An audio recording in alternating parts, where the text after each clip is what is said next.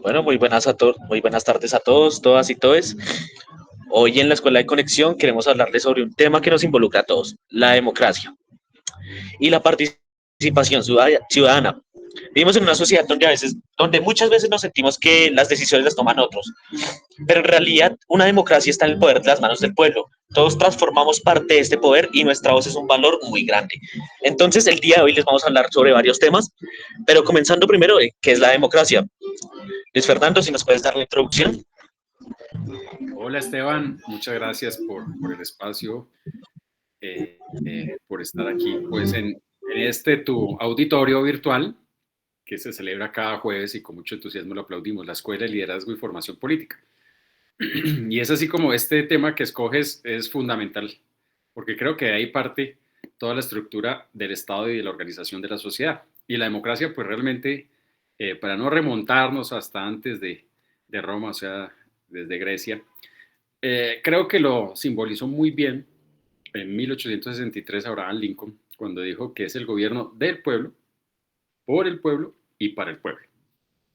Resulta que ese concepto, pues era desde el siglo pasado o antepasado, pero realmente en este siglo XXI ese concepto de democracia ha venido siendo muy trabajado, yo creo que va en evolución, y la democracia pues realmente es esa participación, ¿cierto? Es la participación de los asuntos que nos competen a todos. Y dentro de una organización sociojurídica y política como el Estado, que es la sumatoria de todas las entidades y modelos de sociedad que tenemos, o sea, con todas sus aristas, todo lo que implica eso, que es tener un marco legal o constitucional donde están nuestros derechos fundamentales, nuestras garantías, nuestra organización del Estado, nuestros pilares, las herramientas, las instituciones que necesitamos para que todos los derechos se cumplan, desde los económicos, sociales, políticos, fundamentales, civiles. Bueno, todos estos temas están armados en el Estado.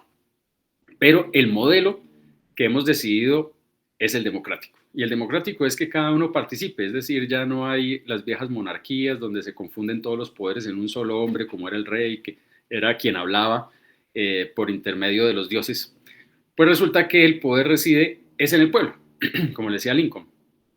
Pero el concepto de democracia creo que lo tenemos que llevar más allá, porque participar no es simplemente ir y depositar un voto, Esteban.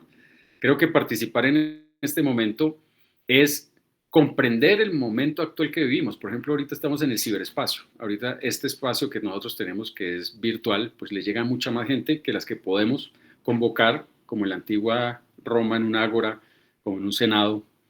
Eh, pues entonces, para llegar allá y para que mucha más gente participe, tenemos que modernizar el Estado, tenemos que modernizar nuestro sistema político. Y eso tiene que ver directamente con la democracia. Entonces, ese gobierno del pueblo, por el pueblo y para el pueblo, ya tiene unos mecanismos de participación más directos, ¿cierto? Como es tan difícil, Esteban, que todos participemos directamente, o sea, es decir, es muy difícil convocar a los casi 50 millones de ciudadanos colombianos, en nuestro caso, para que se expresen directamente. Entonces lo hacemos a través de una representación. Entonces ahí ya viene esa democracia representativa. Y esa democracia representativa se hace a través de, pues como su nombre lo indica, unos representantes, que en este caso nuestros serían senadores o serían representantes a la Cámara, por las circunscripciones territoriales que son 32 departamentos más Bogotá. ¿Sí? Esas son las cámaras bajas. Y tenemos los senadores, que sería la Cámara Alta. Ahorita hablamos un poquito más de esa historia, pero para no aburrir a todo nuestro público, quisiera enfocarnos en qué es la participación para un modelo de gobierno. Sí, es decir, el pueblo tiene que hablar a través de unos mecanismos, a eso le vamos a llamar democracia, para que por esa participación ponga unos delegados suyos para que administren el Estado, tanto en el poder ejecutivo, que es el presidente de la República, ¿sí? Como en el poder legislativo, ¿cierto? El judicial, pues, digamos que hace parte de otra rama del poder donde, si bien es cierto, hay una relación armónica para escoger esos magistrados de las altas cortes, hace parte, digamos que de otro poder. Entonces, y yo creo que también es importante mencionar eso, que uno de los grandes hallazgos, ¿cierto?, dentro de ese modelo democrático viene desde la Revolución Francesa, y es la tradición del poder. Entonces, es un solo poder donde lo vamos a dividir para que entre el mismo poder se empiece a tener sus contrapesos y su balance, ¿cierto? Los check and balance que dicen los anglosajones. Entonces, el poder ejecutivo lo va a tener la administración del Estado a través de, bien sea el presidente, gobernadores o alcaldes. El poder legislativo va a estar en manos del Congreso de la República con dos cámaras. La Cámara Alta sería el Senado y la Cámara Baja la Cámara de Representantes. Y el poder judicial, ¿cierto? Hay otros autónomos independientes, como la organización electoral, como los órganos de control, Ministerio Público, Defensoría del Pueblo, Procuraduría General, Contraloría. Bueno, digamos que eso es como toda la conformación del Estado. Pero retomando otra vez el tema, la democracia es eso, es cómo es toda esa sumatoria de mecanismos para que el pueblo esté representado. O sea, el pueblo somos todos nosotros, esté representado en unas estructuras sociales, políticas y jurídicas que se están colocando sobre una carta constitucional, que eso es otro gran hallazgo del siglo XVIII y XIX, para que arranque todo este entramado de normas y todo lo que tenemos ahora.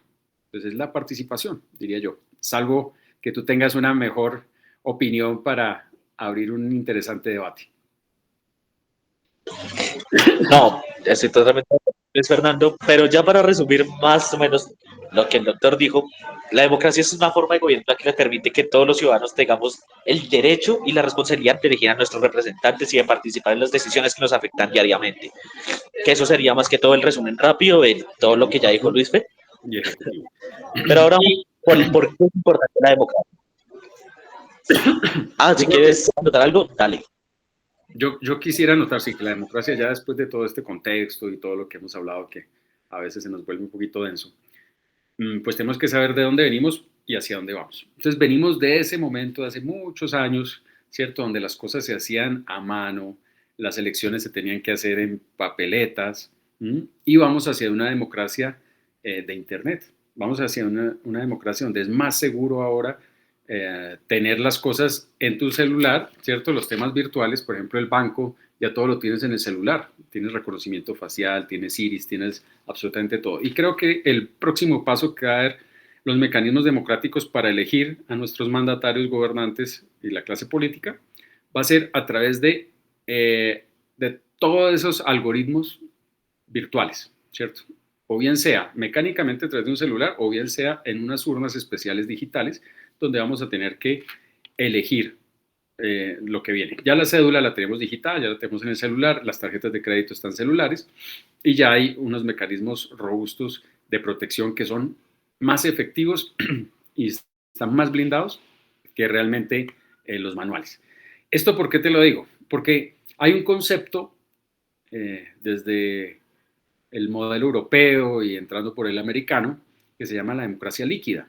Y la democracia líquida realmente es colocar a tono nuestro sistema democrático con la realidad del siglo XXI. Este siglo XXI ya es digital. Este siglo XXI ya quiere decir que con la mayor participación de las personas se tiene que hacer a través del voto por Internet o el voto por el celular. ¿Sí me hago entender hacia dónde vamos? Y vamos a tener mayor representación. Pero la democracia líquida dice que tiene que ser flexible, que tenemos que ir más allá. Si ya vamos a tener una representación así, o sea, si ya es más fácil que yo pueda elegir, no le voy a delegar un cheque en blanco a un político, por ejemplo, un congresista, no. Le voy a decir, es usted me va a representar, o sea, una democracia representativa me va a representar en el Congreso frente a unos temas. Pero hay otros que yo lo voy a hacer directamente. Entonces, ya tenemos modelos de sociedad, pues no quisiera decir más avanzados, pero sino que están funcionando muy bien, que son directos, ¿cierto? Como Suiza, por ejemplo. En Suiza es plebiscitaria, o sea, se hace un referendo, se le pregunta al pueblo, el pueblo sale, pero digamos que Suiza pues es un poco más manejable porque no tiene tantas extensiones de territorio como las nuestras, no tiene tantas carencias como las nuestras y no tiene tanta gente. Entonces digamos que es unas por otras, ¿no? Nosotros tenemos vastos territorios. Pero ya sale la gente en los cantones y vota por unos derechos fundamentales. Yo diría que hacia allá vamos.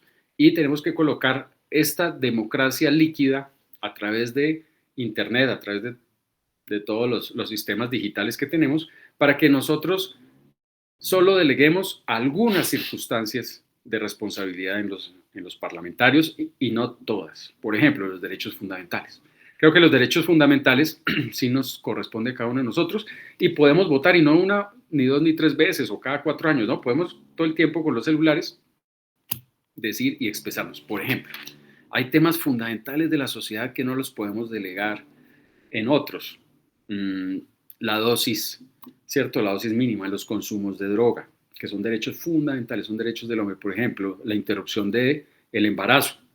No sé, ayúdame con otros más que son derechos fundamentales, derechos humanos fundamentales, donde yo no las puedo delegar para que un Congreso vaya en mi nombre y tome unas decisiones. Creo que vamos hacia allá.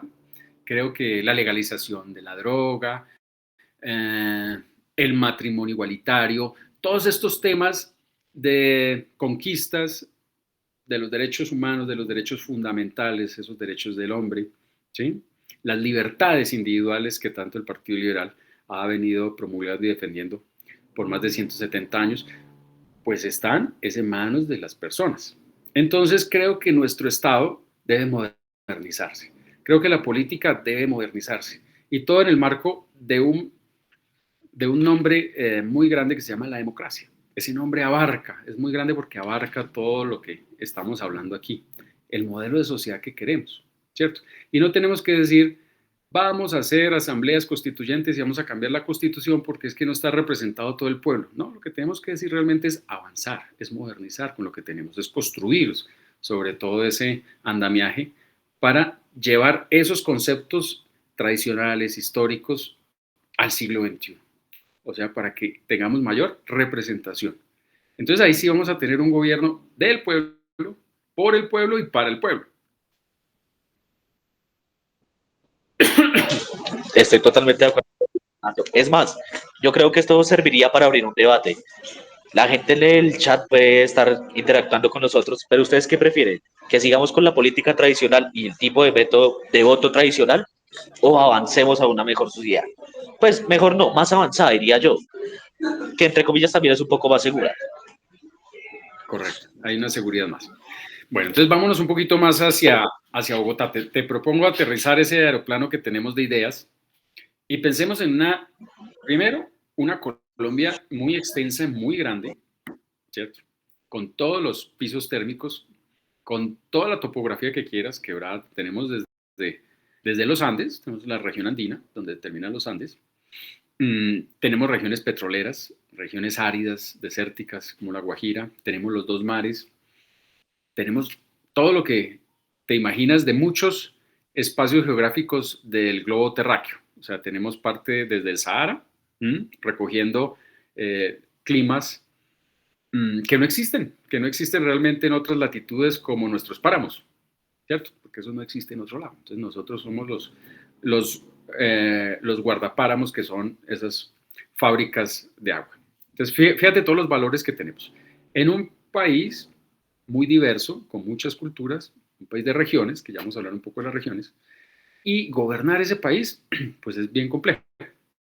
Ahora súmale que tenemos unas poblaciones muy extensas, muy populosas, mucha gente, pero también mucha gente disgregada. Tenemos unas zonas perimetrales o zonas muy marginales en el territorio nacional donde el Estado tiene que hacer presencia con los servicios públicos y los servicios del Estado. Entonces, imagínate eso para gobernar. Entonces, ese es el gran reto. Si nos vamos a Bogotá, pues es un país muy grande, Estoy totalmente de acuerdo contigo. Más de 10 millones de habitantes, y tenemos 20 localidades que realmente, para mí, son 20 ciudades.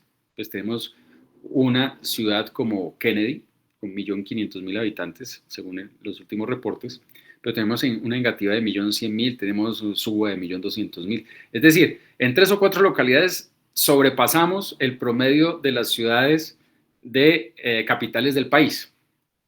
Eso está en Bogotá, ¿cierto? 10 millones de personas donde el gobierno capitalino es un alcalde. Ya hicimos una modernización jurídica del Estatuto Orgánico de Bogotá. Y también hay que decir que Bogotá Bogotá es un distrito especial, o sea, no hace parte de Cundinamarca. Bogotá es Bogotá, distrito capital, con 20 localidades y se organiza jurídicamente a través de la Constitución y el Estatuto Orgánico, que es el decreto ley 1421 del 93. Entonces, ahí ya tenemos esa organización que es desde promulgada la Constitución del 91, pues obviamente se hace esto con el alcalde Castro. Pero ahí nos quedamos. La última reforma que tuvimos fue en el 2021 para colocarle 2 vueltas a la elección del alcalde mayor. Pero este alcalde mayor, para realmente una ciudad tan grande, que son 20 ciudades en una, pues se queda corto. Porque cuando recorremos las localidades de Bogotá, ¿cierto? Ciudad Bolívar, Kennedy, Tunjuelito, pues las cosas que hay que resolver son muy diversas, son muy variopintas, son unos retos difíciles que tiene que hacer. Y el alcalde pues se concentra en las grandes políticas de movilidad, de seguridad, pero si tú te vas a las localidades tienen un alcalde local.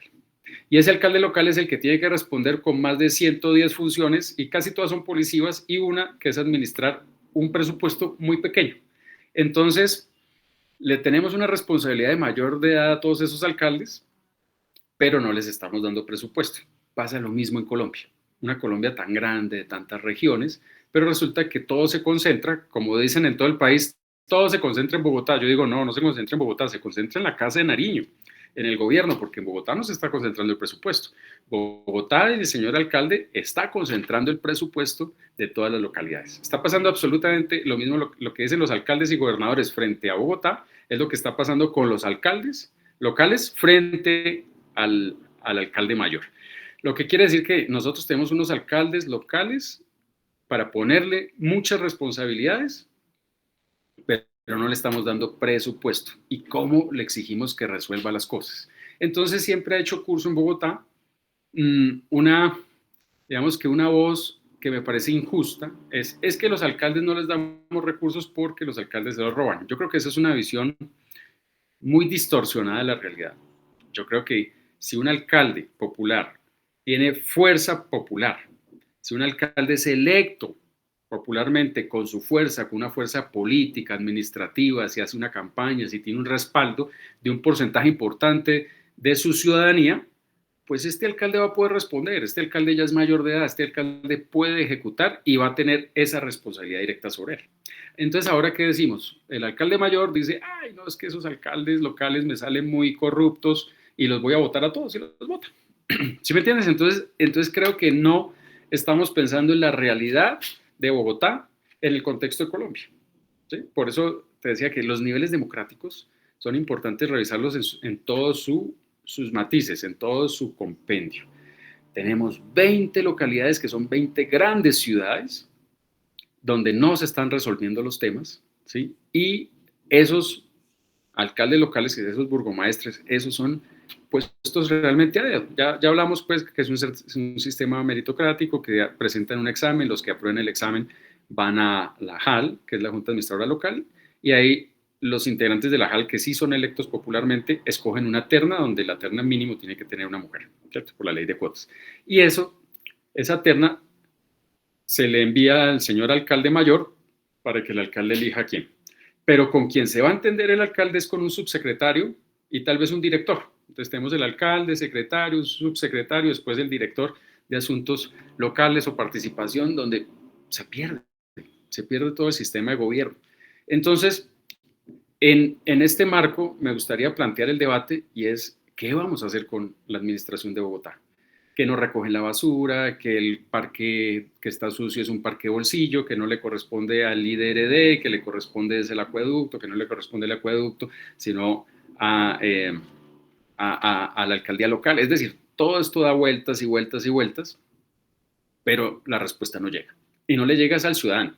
Y el ciudadano tiene su contacto directo, es con su edil, ¿cierto? Con su presidente de junta y con su edil. Ese es el que le tiene que resolver las cosas. Y ese edil va a hablar con el alcalde local y el alcalde local dice, pues yo aquí no tengo realmente dientes porque la organización central distrital pues está por allá arriba. Entonces le pasa lo mismo que un señor alcalde de un municipio lejano del país cuando tiene que resolver algo, ni siquiera el gobernador lo atiende y muchas veces los temas es que hay que esperar el presupuesto que llegue del gobierno nacional. Entonces imagínense un alcalde muy marginal de un municipio X de nuestra geografía tan variada, pues ¿a qué horas va a hablar con el señor alcalde? Entonces no está funcionando ese sistema democrático y hay que modernizarlo. Entonces ya hemos visto que se puede hacer, que la gente puede tomar sus decisiones, que tenemos la tecnología al servicio nuestro, que toca atemperarnos al siglo XXI. Ya estamos en el año 25 del siglo XXI. Ya entramos realmente, hace rato, entramos al siglo XXI. ¿Y dónde están las cosas del siglo XXI? ¿Y dónde está la tecnología en nuestro servicio?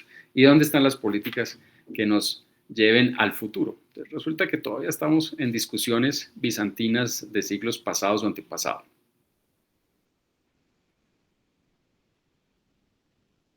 Esteban.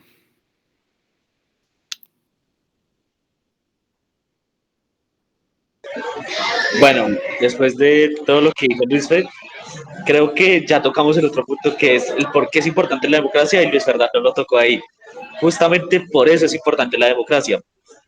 Como tú lo decías, muchas veces los alcaldes locales se rigen nada más como a decir qué le pasa a su localidad, por así decirlo, pero al alcalde mayor no le interesa. Entonces yo creo que por eso es importante la democracia, porque la democracia, el principal objetivo es permitirte vivir en libertad y expresar tus ideas sin miedo, ¿cierto?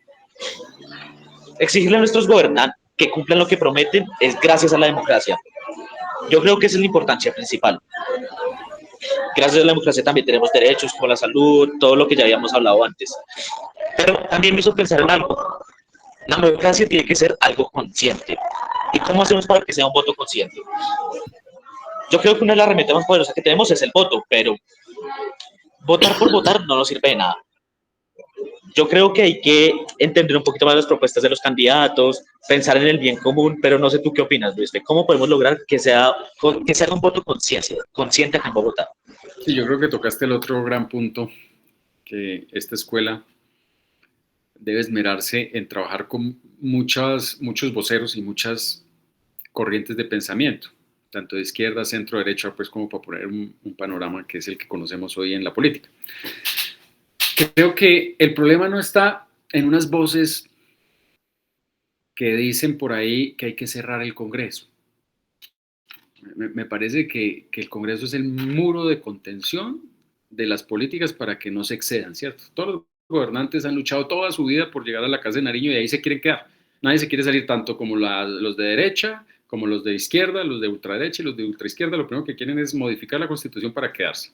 Y resulta que todas las nuevas generaciones, todos tienen la responsabilidad de colocar su grano de arena para constituir el Estado que los vio nacer, el Estado que nos debemos. Luego hay una fila muy larga. Pero esto se materializa, como bien lo decías, a través del voto. Este voto debe ser un voto consciente. Siempre le dicen a uno, cerremos el Congreso. ¿Y por qué cerrar el Congreso? Porque es que son corruptos. No, el problema es suyo, que usted está votando mal. O sea, el problema es que usted está votando por los corruptos. Después dicen, cerremos la presidencia de la República porque es que son muy ladrones todos los presidentes. Entonces cerremos esto y lleguemos a un régimen parlamentario. Entonces estamos buscando la fiebre en las sábanas. Nosotros tenemos que aprender a votar. Por eso es muy importante y creo que las sesiones que van a venir en el futuro de esta escuela de liderazgo, vamos a tener esas voces, por ejemplo, de un voto informado, de vote bien, de las políticas internacionales, no solo nacionales, sino internacionales, de esos principios que se están desarrollando a través de esos tanques de pensamiento tan valiosos, ¿cierto? Tienen que tener validez el voto, tienen que tener fuerza el voto, tiene que tener una transparencia el voto. Es decir, la fuerza es en el que deposita su voto. Y tenemos que llegar allá. Yo creo que los debates van a llegar un poco más adelante. No es simplemente que yo le voy a dar un cheque en blanco a usted para que usted me represente en todo, que es lo que está sucediendo que en muchos asuntos del Estado, sino que voy a decir, yo le entrego a usted mi voto para que usted me represente en estos temas, para que el administrador administre el presupuesto, ¿sí? Para que tome políticas públicas, a ustedes, señores parlamentarios, para que hagan un control político y hagan unos marcos regulatorios y desarrollen unos principios legales y constitucionales a través de las leyes, pero me voy a reservar los derechos de primera generación, me voy a reservar algunos temas que sí son míos como sociedad, como ser humano dentro de un conglomerado social. Entonces, fíjate que lo que venimos hablando está todo interconectado. Yo tengo que ser consciente de que mi voto es el que va a colocar las decisiones del gobierno allá y las decisiones del poder legislativo, ¿cierto? Es mi voto. No es que estos ladrones siempre me están saqueando y me roban, entonces nos roban nuestro presupuesto, tanto el presidente, el gobernador, el alcalde, como el concejal, como el edil, el diputado. Esto se tiene que terminar el día que tengamos la suficiente madurez y la conciencia política, cada uno de nosotros, que tengamos una formación, que creo que por eso estamos en el siglo XXI con todas estas redes informativas y estamos llegando tan lejos y tan avanzados con inteligencia artificial para que ya todo el mundo tenga otro nivel de participación, otro nivel de cultura política, otro nivel más avanzado en materia de toma de decisiones. Entonces yo me voy a reservar unas decisiones, que por eso traía yo a este conversatorio ese derecho líquido o esa democracia líquida, es decir, yo me voy a tomar mis propias decisiones que afecten a mi entorno directo, a mi familia, a mí como persona, como ser humano, y las otras decisiones para que el Estado funcione. Se las voy a entregar en unos representantes, ¿cierto? Entonces la democracia en primera persona y la democracia representativa. Creo que eso es importante. ¿Eso cómo se logra? Cuando tengamos la madurez para elegir, la madurez para no vender el voto. Sí, porque muchas veces le dicen a uno, hombre, ayúdeme, mire, participe, vamos, le dan a uno la lechona, que siempre nos han dicho, y eso es lo que nosotros vemos en todo el escenario, pero no solo es Colombia, no solo es Colombia y sus regiones, también estamos hablando de que digamos que es una enfermedad que no hemos podido resolver en muchos lados del Asia, África, América Latina, bueno, en muchos lados. Pero creo que estamos en el camino de la madurez.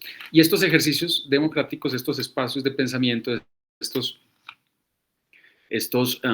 grandes esfuerzos que se hacen, es para llevar una cultura política y una madurez, entregar una madurez. ¿Y cómo se hacen? Se hacen a través del debate, se hacen a través del intercambio de ideas, se hacen a través de espacios donde yo me enriquezca escuchando al otro y sacando unas conclusiones. Y sacando unas conclusiones que van un poco más adelante. Por eso vamos a tener unos conferencistas de primera línea, pero lo que más nos interesa es escuchar las personas. O sea, quienes materializan los derechos en la práctica, quienes son los líderes, esos líderes sociales y políticos que realmente están colocando la bandera, que están en el territorio, que están sacando los votos, que se inscribieron en los CMJs ahora que lo vamos a celebrar, que es tan importante. Y quisiera hablar también un poco y escucharte, Esteban, sobre eso, que tú eres candidato. Los CLJ, los CMJ, así que es lo que está sucediendo ahí en el territorio.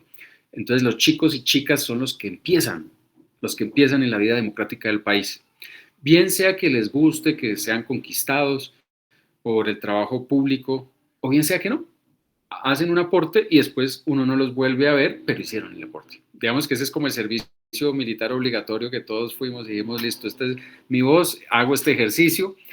Ese ejercicio ya es de revisar el electorado, de pedir un voto, que es bien difícil, de hacer una campaña, de buscar el presupuesto para hacer una campaña, ¿cierto? Y de tener propuestas, de estudiar propuestas, de ir a debates, de enriquecer el escenario. Entonces, fíjate que los jóvenes de los 14 a los 28 años ya tienen una madurez política. Y he escuchado muchos en estas campañas que han adelantado, he escuchado muchas voces que me parecen muy interesantes. De hecho, hoy saqué una nota, no sé si tú la viste, donde había una consejera de juventud que ya sale, no se volvió a presentar, ya terminó su periodo, y decía que todo estaba bien hasta que llegaron los políticos y los partidos tradicionales y se parrandeó todo y se dañó todo. No, todo lo contrario, cuando llegan partidos tradicionales, partidos fuertes, con jóvenes, esos jóvenes le están apostando a ideologías profundas. Por ejemplo, el Partido Liberal, más de 170 años, yo decía ahí en el corto que 200 años, pues como para redondear, más de 170 años, desde el 48 que tenemos esas luchas por las garantías individuales, ¿sí? Por la libertad privada, por el sistema constitucional, por la libertad de los esclavos, todas las grandes luchas que hemos hecho en nombre de construir una sociedad, pues no se las pueden venir a pasar por alto porque decir, ah, es que cuando llegan esos partidos tradicionales, politiqueros, esos pelados, esos chinos están dañando la democracia. No, creo que la están enriqueciendo. Creo que tienen unos puntos de vista y son partidos tradicionales, sólidos, fuertes. ¿Qué hay que hacer, Esteban? Modernizarlos, llevarlos al 2.0, ¿cierto? Esa versión, como el teléfono que teníamos, pues cada año se va modernizando porque cada año tenemos que atemperarnos, tenemos que llegar a entender e interpretar nuestra ciudadanía y todo nuestro contorno, nuestro sistema. Nuestro sistema ya es un sistema híbrido entre lo presencial y lo virtual, entre mucha tecnología, pero también muchas zonas marginales, mucha tecnología que crea riquezas, que crea nuevas fuentes de comercio, de economía, de empresas, nuevos negocios, pero también tenemos mucha pobreza. Eso se llama las desigualdades y por eso hay que seguir luchando. ¿Y cómo se hace? Con la tecnología, con los sistemas, con las políticas públicas. Eso es lo que nos trae recursos, eso es lo que nos trae un mejor estado de cosas y también, obviamente, al servicio de las personas, pues para que se resuelvan las necesidades básicas. Entonces te quería plantear eso, Esteban, tú que eres candidato a los CMJ, me parece importante saber tu experiencia. ¿Qué es coger un volante, ir a pedir un voto, decirle a las personas, mire, esta es mi propuesta, estoy en un partido? Me gustaría como escucharte a ti para que compartas con todos los que estamos conectados y nos están viendo por el streaming, por el YouTube y por nuestras redes sociales, saber un poco más de cómo es ese gran reto de entrar en la política de las juventudes, de hacer ese primer pinito. Creo que el país está dando unos pasos agigantados en estos niveles democráticos, porque si bien es cierto, las elecciones pasadas no estuvieron, o sea, no se inscribieron tantas personas, no tenía tanto interés los jóvenes, estábamos como volviendo a arrancar, ¿sí? Entonces me gustaría escucharte. Y ahí como para concluir la ñapita del artículo que escribí en el Dominical de Conexión Bogotá, y es precisamente que estos sistemas políticos pues no fueron de ahora. Lo que nosotros estamos viendo de CMJs, que son los Consejos Municipales de Juventud, y los CLJs, hacen parte de toda una política que arranca en los años 80, realmente en la mitad Bueno, del siglo XX. Listo, entonces te quería escuchar. ¿Ya estamos conectados? bueno, como lo decía Luis Fernando, es cierto, soy candidato para los consejos locales de juventud por Kennedy y es cierto que estamos aportando nuestro granito de arena en esto y es muy bonito empezar con estos procesos. Sin embargo, el mensaje que yo les doy como candidato es que analicemos bien las propuestas de todos y por lo tradicional. Yo creo que es importante esto y lo estamos trabajando justamente con un programa que se llama con Foro Región Central y un programa que se llama No Voten Voto. Es justamente esto, aprendamos que porque es mi amigo, que no. Votemos por el bien de todos, un bien común. Creo que es el mensaje principal de todo esto.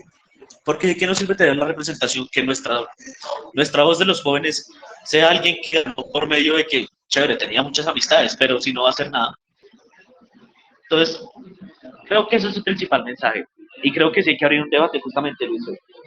Es, ¿tú crees que las elecciones ahorita de juventudes son algo importante para el Estado como tal?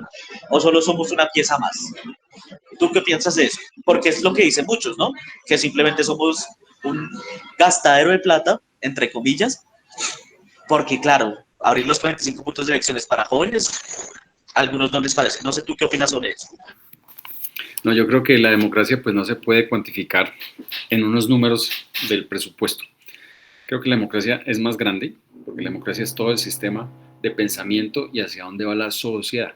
Entonces, equiparar o monetizar la sociedad me parece difícil. Pero sí, obviamente tiene que tener unos parámetros pues, de cuánto nos va a costar.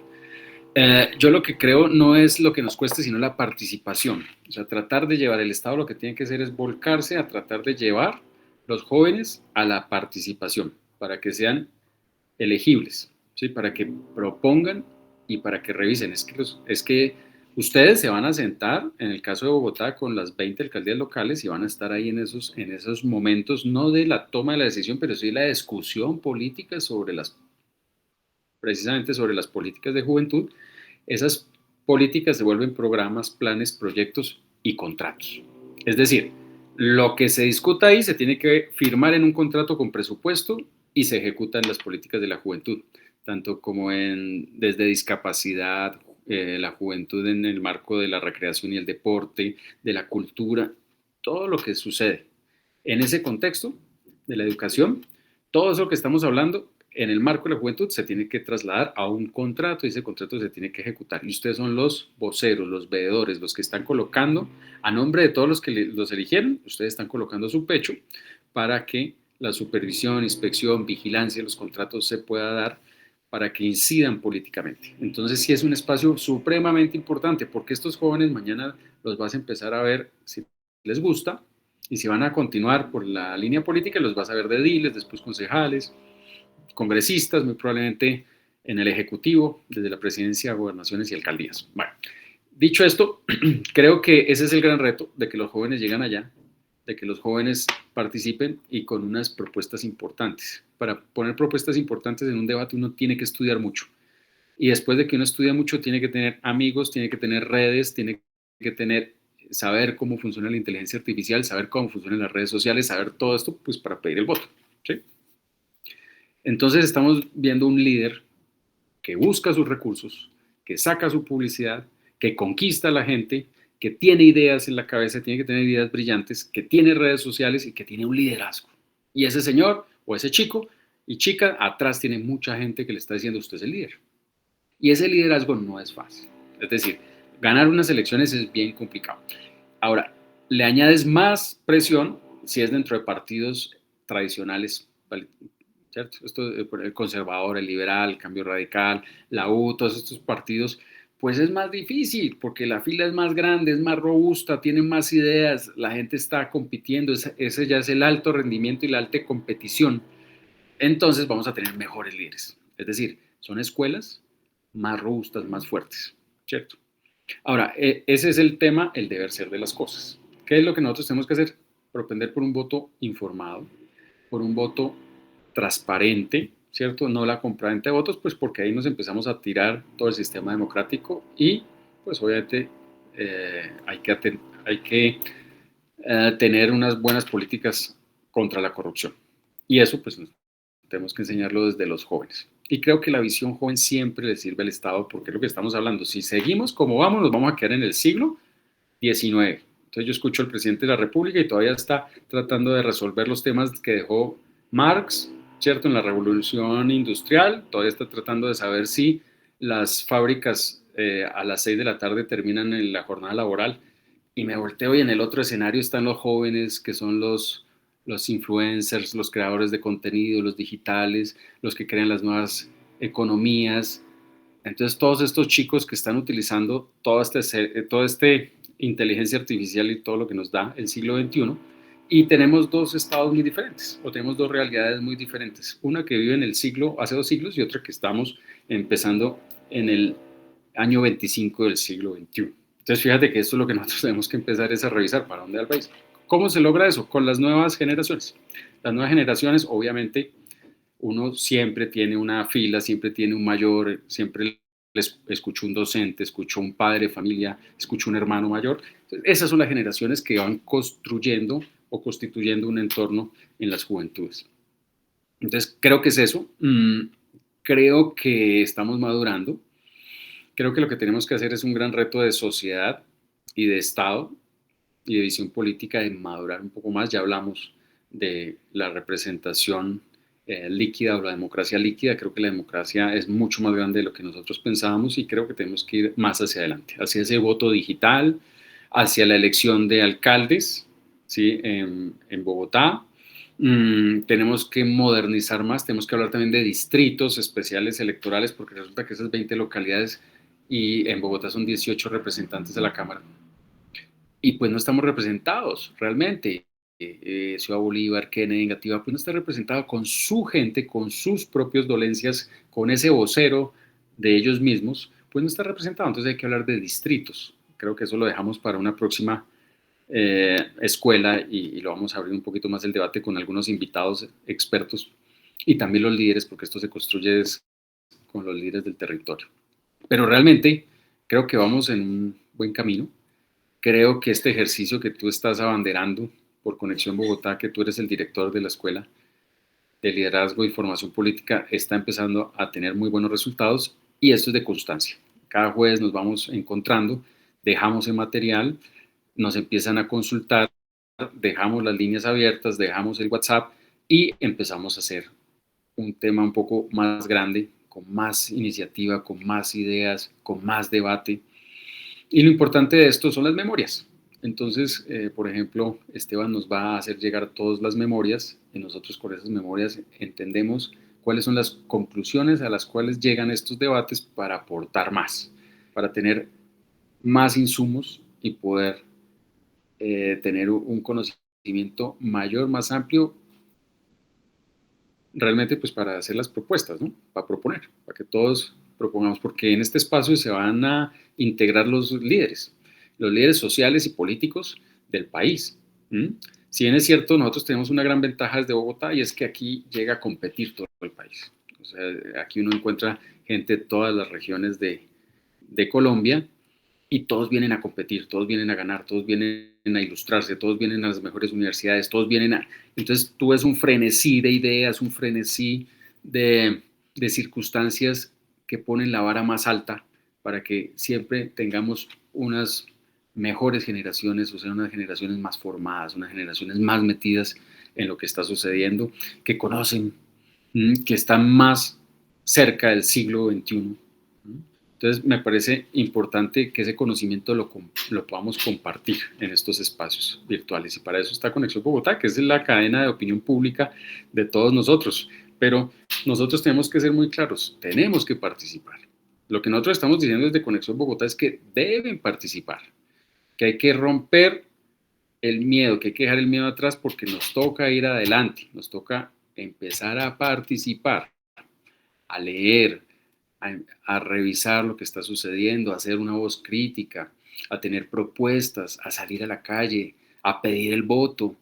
Esa es la formación real. O sea, a todo el mundo le gusta o de pronto hasta no. Es muy fácil desde un sillón criticar, pero ir, montar una campaña, como lo están haciendo los jóvenes, buscar la publicidad, estar en los espacios, entregar la publicidad, contarle a alguien el cuento, qué es lo que uno tiene en la cabeza solo con ideas, para que le den ese voto de confianza, es bien difícil. Eso lo hacen los líderes, realmente esos son los líderes del siglo XXI. Si ellos pueden hacer eso, pueden hacer cualquier otra cosa. Pueden montar un canal, pueden ser youtubers, pueden ser creadores de contenido, pueden tener sus propias empresas, pueden ser catedráticos, docentes, es decir, el liderazgo es muy amplio, ¿sí? Es muy amplio, pero esa es nuestra contribución y creo que la Escuela de Liderazgo y Formación Política que tú estás dirigiendo, Esteban, está entregando esos resultados porque esa es la visión y misión que tenemos. Totalmente de acuerdo, ese fue el objetivo principal al crear esto. Sé que no nos hemos podido reunir presencialmente, que las reuniones presenciales pues, son un poquito mejor, podemos tratarlos más con... Pero a pesar de todo esto, yo creo que estas reuniones virtuales, cuando vean el archivo, cuando entren en la página, se van a dar cuenta de que han servido ese granito de arena que estamos aportando en estos momentos, les va a servir de algo en la vida, digo yo.